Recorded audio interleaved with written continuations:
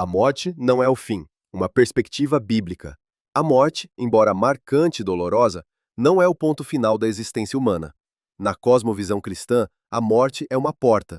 A Bíblia é clara ao afirmar que, após a morte, há continuidade. A alma não se extingue, mas segue para uma realidade eterna. Como está escrito em Eclesiastes, capítulo 12, versículo 7, e o pó volte à terra, como era, e o espírito volte a Deus que o deu. Este versículo nos mostra a separação entre corpo e espírito, algo que ocorre na morte. O corpo físico volta ao pó, é o fim da vida material, mas o espírito, que é sopro de Deus, retorna ao seu Criador. A morte, então, é a transição de um estado para outro, de um plano visível para um invisível. Jesus venceu a morte, o ponto central da fé cristã. A ressurreição de Cristo é a base da esperança cristã. Se Cristo ressuscitou, então a morte foi vencida. Esse fato muda radicalmente a forma como o cristão encara a morte. Em 1 Coríntios 15, 55 a 57, o apóstolo Paulo exclama: "Onde está, ó morte, a tua vitória? Onde está, ó morte, o teu aguilhão? Mas graças a Deus que nos dá a vitória por nosso Senhor Jesus Cristo." A vitória de Cristo sobre a morte garante ao cristão que a morte não tem a palavra final. O que parece ser o fim é, na verdade, o início de uma nova realidade, a eternidade com Deus, a ressurreição do corpo. O cristianismo não apenas fala da imortalidade da alma, mas também de uma ressurreição corporal. Isso é central na doutrina cristã, a crença de que, um dia, os corpos dos que morreram em Cristo serão ressuscitados incorruptíveis.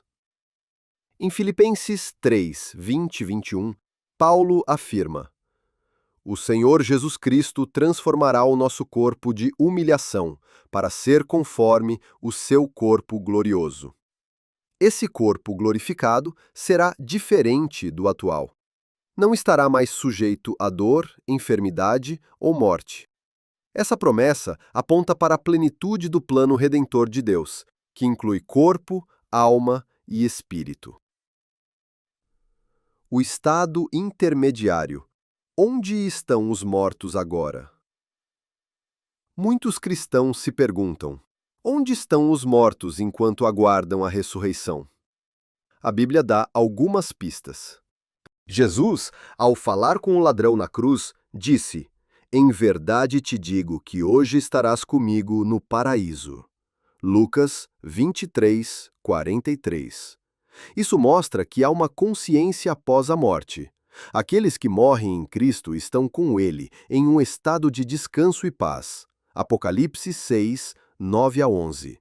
Mostra almas dos mártires clamando debaixo do altar de Deus, indicando consciência e espera.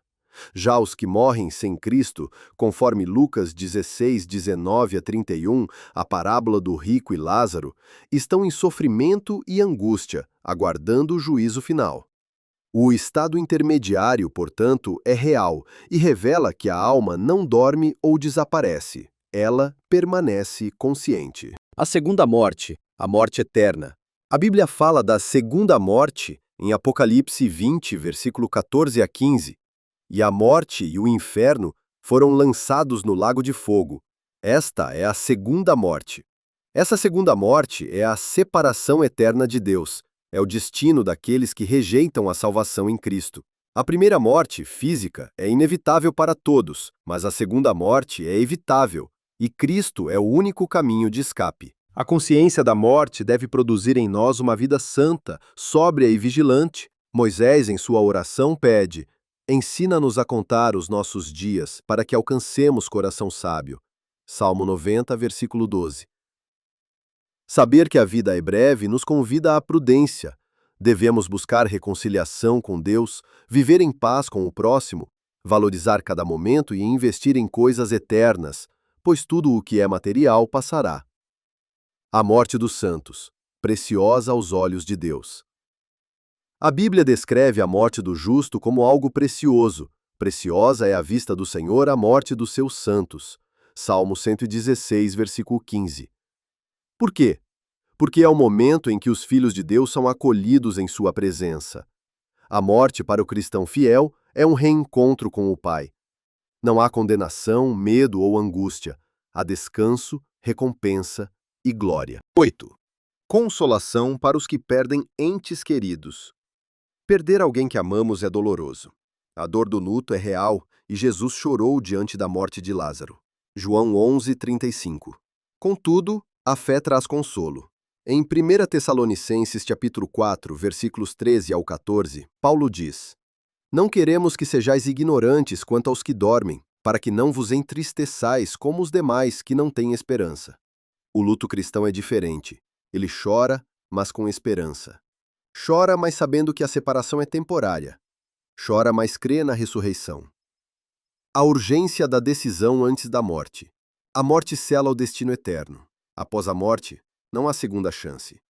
Em Hebreus capítulo 9, versículo 27, está escrito: Aos homens está ordenado morrerem uma só vez, vindo depois disso o juízo.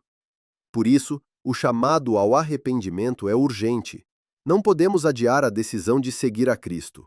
A eternidade está em jogo. Conclusão. Vivendo com os olhos na eternidade. O cristão não vive com medo da morte, mas com esperança na eternidade.